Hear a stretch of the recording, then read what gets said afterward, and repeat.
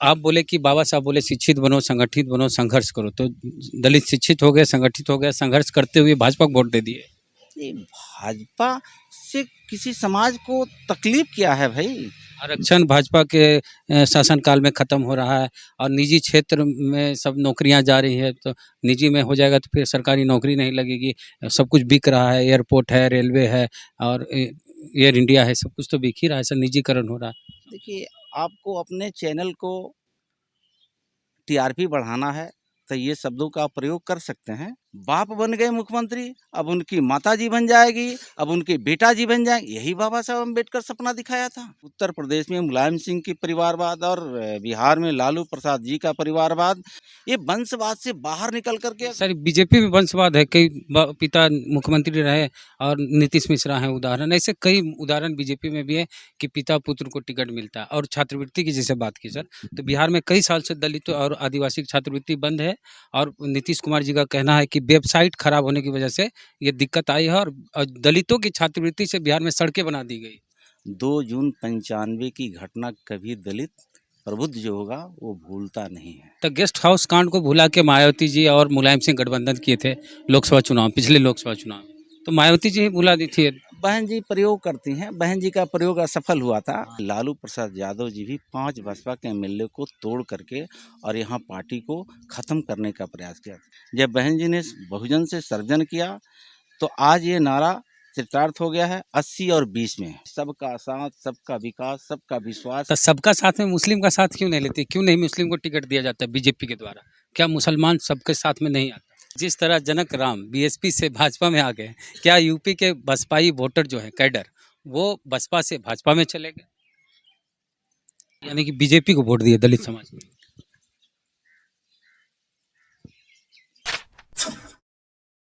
UP के चुनाव के रिजल्ट पर बात करेंगे हम। बिहार सरकार के मंत्री जनक राम साहब से, बीजेपी से हैं, पहले बहुजन समाज पार्टी में लंबे समय तक रहे और फिर बीजेपी से सांसद बने, अभी बिहार सरकार में मंत्री हैं। तो इनसे बात करेंगे कि बीएसपी कांसीराम जी के समय कैसी थी और अभी क्या स्थिति में आ गई कि एक सीट सर बीएसपी जीती है उत्तर प्रदेश के चुनाव में। आप लंबे समय तक बीएसपी में रहे, काफ़ी काम किए, बीएसपी से चुनाव भी लड़े। आज बीएसपी का जो ये हश्र हुआ, क्यों हुआ सर? नहीं, बीएसपी का हश्र नहीं हुआ।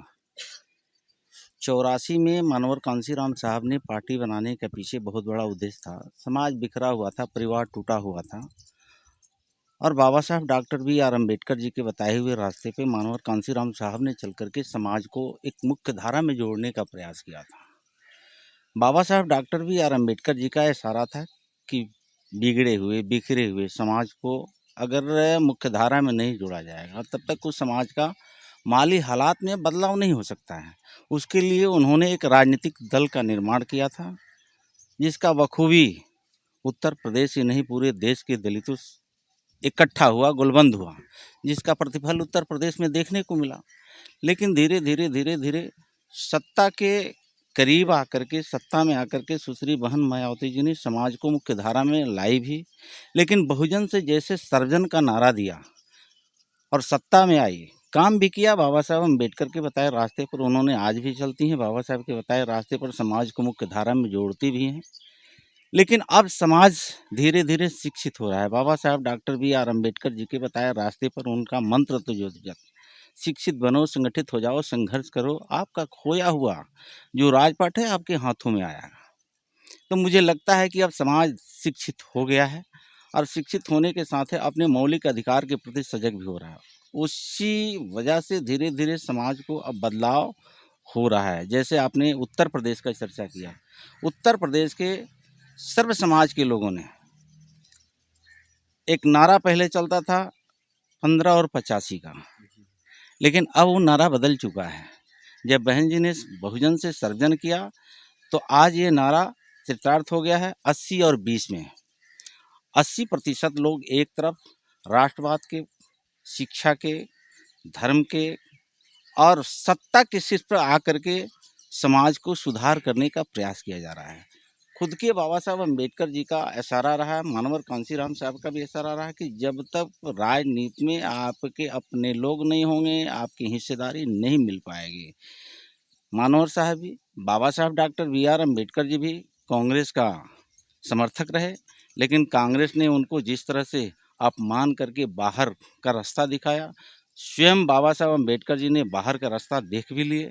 तो मुझे लगता है कि बाबा साहब doctor B are Ambedkar ji के जो सपना था आरपीआई के रूप में देखने को मिला था, लेकिन आरपीआई दर्जनों बार टूट हुआ, लेकिन उन्हीं के साथ मंत्रिमंडल का हिस्सा श्यामा प्रसाद मुखर्जी जी, जो उद्योग मंत्री से बाबा साहब और श्यामा प्रसाद मुखर्जी जी दोनों लोग कांग्रेस के मंत्रिमंडल से बाहर होते हैं, और श्यामा प्रसाद मुखर्जी जी राष्ट्रवादी पार्टी जनसंघ काल से जुड़ते हैं, और पार्टी आज भारतीय जनता पार्टी के रूप में पूरे देश में विकराल रूप धारण की हुई है।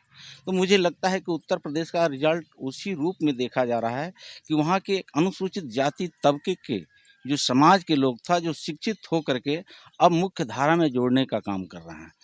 जैसे आज उत्तर प्रदेश का रिजल्ट सभी समाज के साथ अनुसूचित जाति के लोग भी कदम से कदम मिला करके, कंधे से कंधे मिला करके राष्ट्रवाद के साथ चलने के लिए वो आगे बढ़ा है। यानी कि बीजेपी को वोट दिए दलित समाज ने। अगर बीजेपी को वोट अगर दलित समाज का नहीं मिला होता तो प्रचंड बहुमत की सरकार नहीं बनती। भाजपा का वोट परसेंटेज भी घटा है सर, और सीटें भी घटी है, और सपा की सीटें बढ़ी और सपा का वोट परसेंटेज जो 10% सीटें वोट परसेंटेज बीएसपी का घटा है, वो तो सपा में जाता दिख रहा है। ये सब का अपना अपना तर्क होता है। उत्तर प्रदेश और बिहार का ऐसे बनावट है कि नौ सामंतवाद जो उधर मुलायम सिंह यादव जी के और बहन जी के जो गठबंधन हुआ था, 2 जून 95 की घटना कभी दलित प्रबुद्ध जो होगा वो भूलता नहीं है। वही हालात बिहार प्रदेश में हुआ था। मानवर साहब के अथक प्रयास से 5-5 सीटें यहाँ बसपा की जीती हुई थी, लेकिन लालू प्रसाद यादव जी भी 5 बसपा के एमएलए को तोड़ करके और यहाँ पार्टी को ख़त्म करने का प्रयास किया।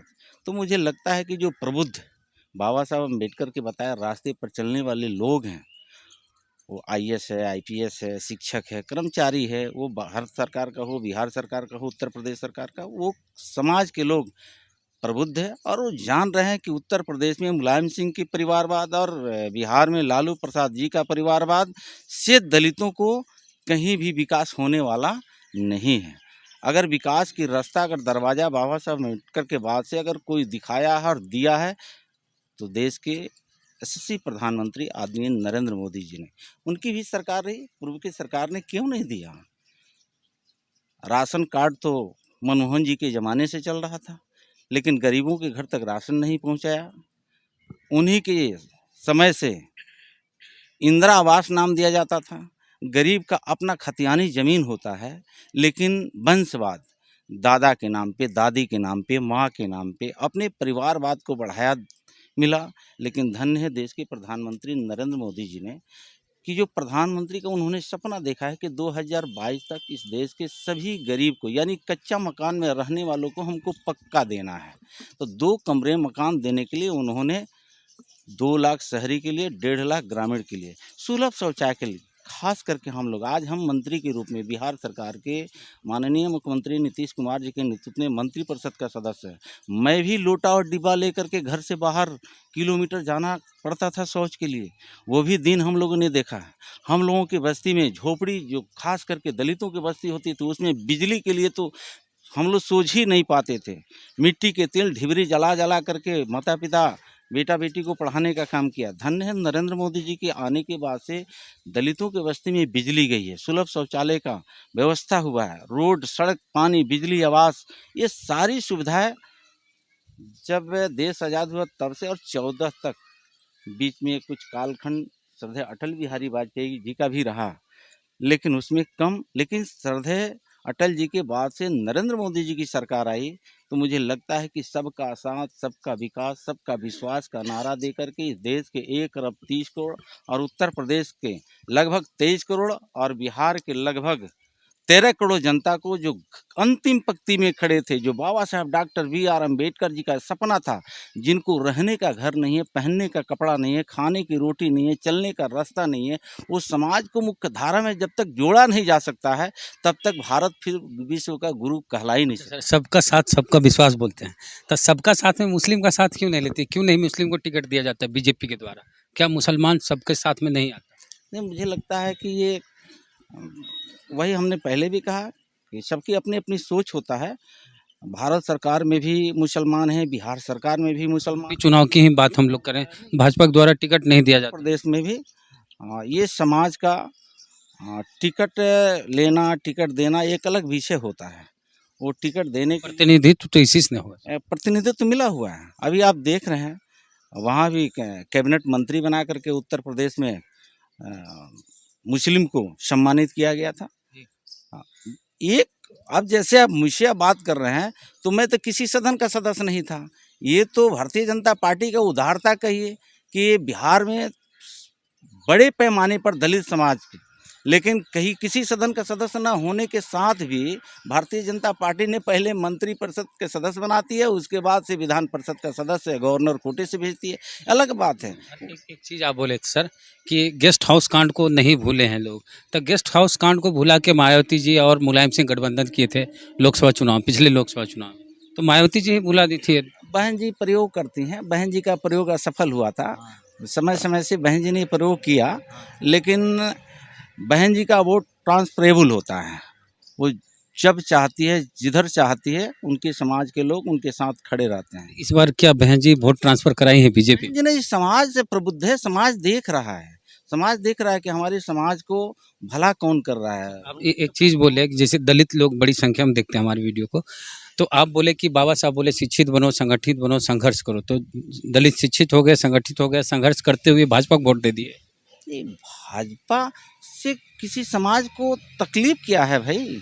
आरक्षण भाजपा के शासनकाल में ख़त्म हो रहा है और निजी क्षेत्र में सब नौकरियां जा रही है, तो निजी में हो जाएगा तो फिर सरकारी नौकरी नहीं लगेगी।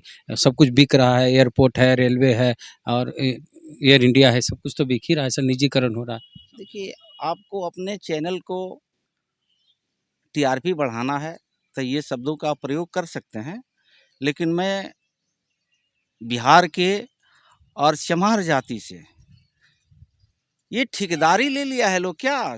संविधान को, रिजर्वेशन को, सबसे ज़्यादा रिजर्वेशन के और संविधान के साथ क्रूर मजाक कोई किया है तो उत्तर प्रदेश के मुलायम सिंह का परिवार और बिहार के लालू प्रसाद यादव जी का परिवार।